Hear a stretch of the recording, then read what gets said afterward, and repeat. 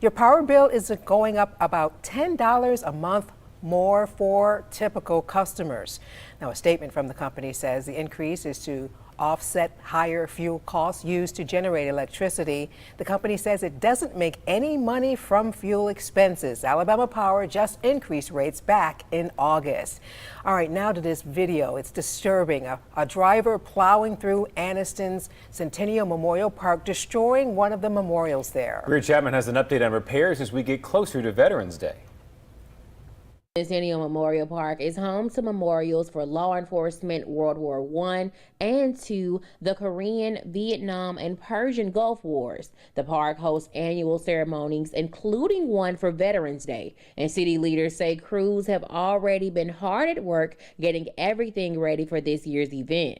It was a really unfortunate thing, but unfortunate circumstances always bring together great people. They have done a great job of repairing this site. Everything is going according to plan, and we will host our annual Veterans Day ceremony at Centennial Park at 11 a.m. on November 11th. The driver accused of destroying part of the park was arrested, and we're working to get an update on those charges. And for the first time since 2019, Anniston will host its Veterans Day parade on Noble Street at 2 p.m. Bria Chapman, WBRC, Fox 6 News on your side.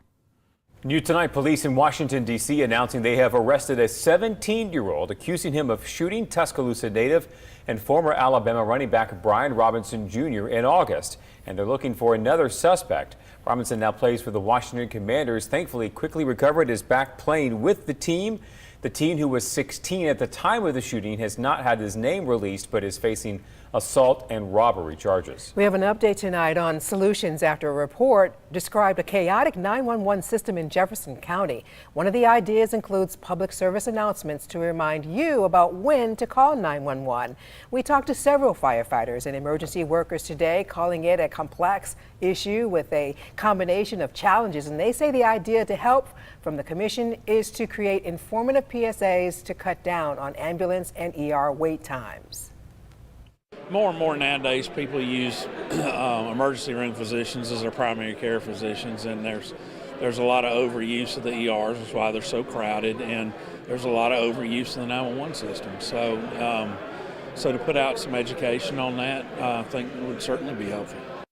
County Commission will meet with the Jefferson County fire chiefs in the next couple of weeks. Of course, we will update you on this issue as both sides work to fix the problems there.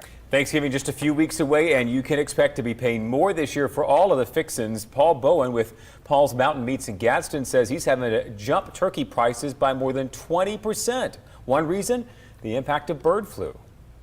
Has killed literally millions of the birds, poultry, and the turkeys. And of course, the cost of the diesel cost and everything is causing everything to go up. But the hams and turkeys in particular is primarily, just due to the lack of product and the high demand. Despite higher prices and the impact of the flu outbreak, the American Farm Bureau says should be enough turkey available for that Thanksgiving demand. All right, to some good news now. For those of you who live in Clay, you will notice your grocery bill isn't as high. Starting this week, the city of Clay is implementing a grocery tax cut.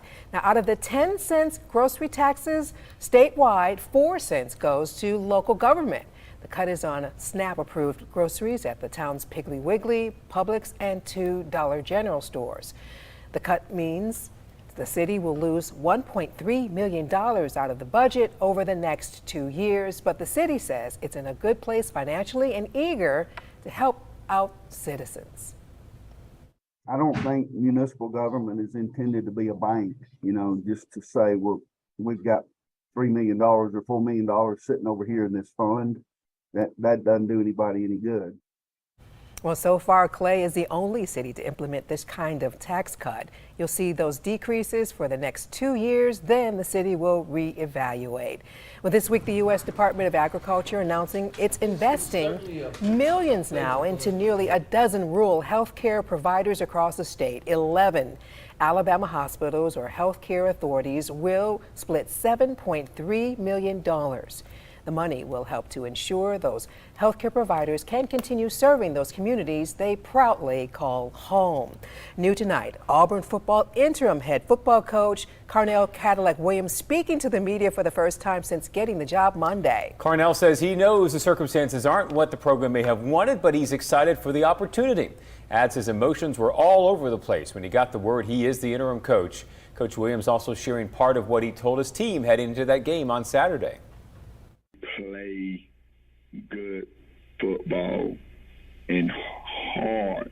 And I honestly, that is what I want to get these kids to do. And at the end of the day, I told these kids, win, lose, or draw. If we do that, not only will we make ourselves proud, but I know the Auburn family will be proud of us too. Auburn heads to Starkville to take on Mississippi State. Saturday night game kicks at 6:30.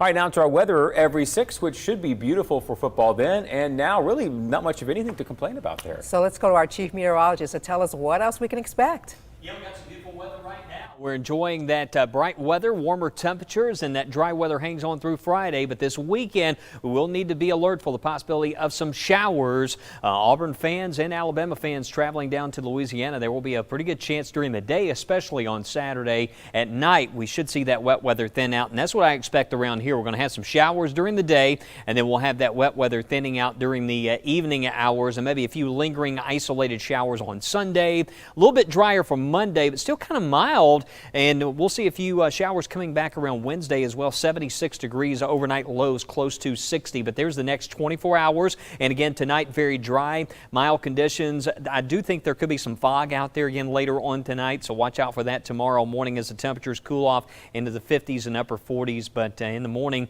November sometimes can bring some warm spells. And tomorrow, another very warm day. Look at that 70s by lunchtime. Afternoon highs, we'll get close to 80 in a lot of areas. You can see by 4 o'clock tomorrow.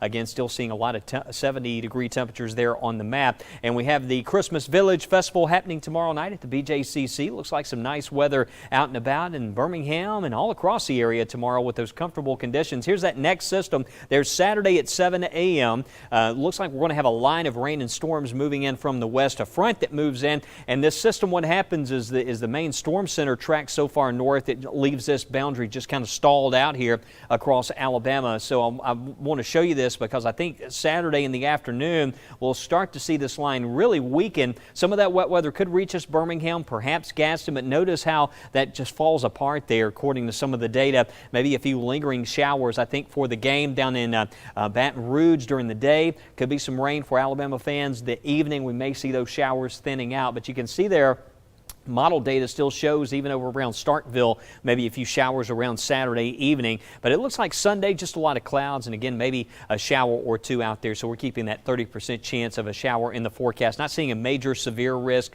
And by the way, don't forget this weekend we fall back 79 degrees, feeling more like, I guess you would say, early fall with those 80-degree temperatures into next week. We are tracking Hurricane Lisa, made a landfall in Central America. We'll have those updates on the First Alert Weather app. Also, updates coming up at 6:30 on First Alert Weather Extra. High 70s and 80s. Yeah. Boy, balmy out there. Well, thank you for joining us for this digital 6 p.m. newscast. Next newscast tonight on TV after Game 4 of the World Series. We'll see you then. Have a good night.